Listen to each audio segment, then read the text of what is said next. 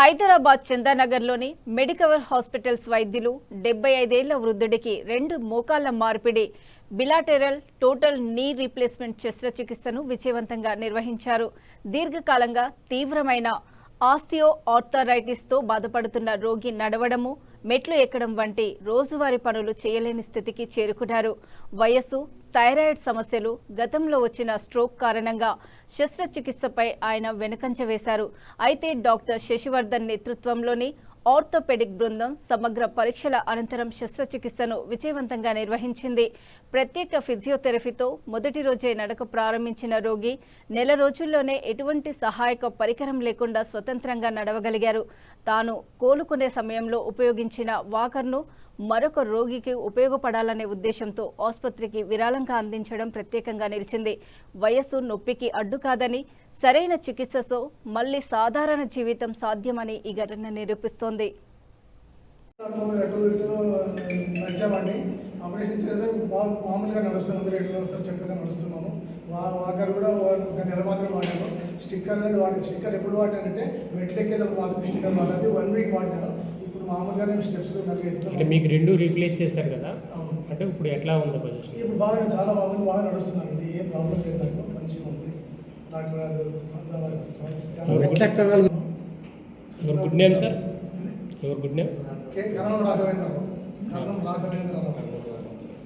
ధన్యవాదాలు. ఏంటంటే ఇప్పుడు నీ రీప్లేస్మెంట్ అనేది ఎవర్ అడ్వాన్సింగ్.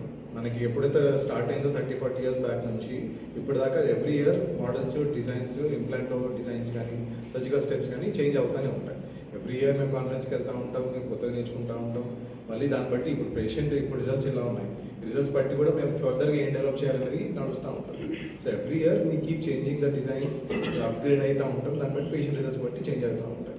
పేషెంట్ తరంగిస్ చేసిన ఆపరేషన్ ఏంటి అంటే నీ రీప్లేస్మెంట్ సర్జరీ. కాకపోతే దాంట్లో కూడా ఇంప్లాంట్ డిజైన్స్ ఏవైతే ఉన్నాయో దాంట్లో కొంచెం చేంజెస్ ఉన్నాయి. సో నార్మల్గా ఇంతకుముందు ఏంటి అనేది 2 లిగమెంట్స్ అనేది కట్ చేసుకుంటుంది.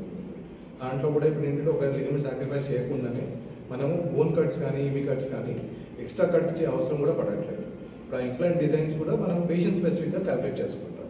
ఆన్ టేబుల్ డిసైడ్ చేస్తాం ఈ ఇంప్లాంట్ తనకి సరిపోతుందా లేదా, మనకి బ్యాలెన్స్ ఎట్లా ఉంటుంది. ఆపరేషన్ టేబుల్ పైననే ఇంప్లాంట్స్ అవన్నీ పెట్టకముందు అవన్నీ ప్రాసెస్ అన్ని సైజ్ పెట్టేసి మనం మూమెంట్ అంతా వస్తుందా లేదా చెక్ చేసుకుంటాం. ఈ ఇటు సైడ్ ఓపెనింగ్ ఉందా లేదా అనుకుంటాం. లాక్సిటీ కానీ మూమెంట్ కానీ ఆపరేషన్ తర్వాత దానికి ఎలా వస్తుందో ఆన్ టేబుల్ వి డిసైడ్. ఆ డిసైడ్ చేసుకున్న దాన్ని బట్టి దానికి ఉన్న ఏది ఇంప్లాంట్, ఏ డిజైన్ అనేది కరెక్ట్గా సెట్ అవుతుందో చూసుకొని patient selection is more important. Patient selection plus implant selection, దాన్ని బట్టి అడ్వాన్సెస్ అనేది ఉంటుంది. దాన్ని బట్టి ఆ చేంజెస్ వేరియేషన్ అనేవి చాలా జరుగుతాయి. ఇట్స్ నాట్ దట్ మనకి ఈ హాస్పిటల్ లేదు, ఆ హాస్పిటల్లో ఉంది అనేది స్పెసిఫిక్గా కాదు. ఇట్ ఇస్ అబౌట్ మనం ఏ పేషెంట్కి ఏది చేస్తున్నాం. So that is more important. Arthritis అనేది అందరికీ అవుతుంది. Age related process. మోకాల అరుగుదల అనేది ప్రతి పేషెంట్కి అవుతుంది. కొంతమందికి ఎర్లీగా వస్తుంది, కొంతమందికి లేట్గా వస్తుంది. కీళ్ళవాతం పేషెంట్స్కి చాలా తొందరగా వచ్చేస్తుంది, కొంతమందికి లేట్గా వస్తుంది, కొంతమందికి అసలు జీవితకాలంలో వాళ్ళు వచ్చేసరికి ఇప్పుడు తనకి 75 వరకు వచ్చింది. లాట్ ఆఫ్ పీపుల్ బయట 70 years అయినా కూడా వాళ్ళకి ఎక్కువ ఆర్థరైటిస్ లేదు, గ్రేడ్ 2, గ్రేడ్ 3 ఉంటుంది. ఇప్పుడు చాలా మందికి ఇప్పుడు మన ఏజ్లో వాళ్ళు కూడా 40-45 దాటిన వాళ్ళకి కూడా గ్రేడ్ 1, గ్రేడ్ 2 అనేది చూస్తాం. బట్ అది ఎప్పుడు సివియర్ అవుతుంది, గ్రేడ్ 4, గ్రేడ్ 3, గ్రేడ్ 4 అయినప్పుడు పేషెంట్స్ అనేది మన దగ్గర రావడం స్టార్ట్ అవుతుంది. సో ఇదనేది ఏజ్ రిలేటెడ్ ప్రాబ్లమ్. ఇప్పుడు మనకి ఇప్పుడు టైర్ ఎట్లా తగ్గిపోతూ ఉంటుందో మోకాల్లో కూడా అలా అరుగుదల అనేది జరుగుతుంది. దాన్ని రెన్యూ చేసుకోవడం, దాన్ని మెయింటైన్ చేసుకోవడం is the process. So but once that is beyond a certain stage, beyond repair, that is when we replace.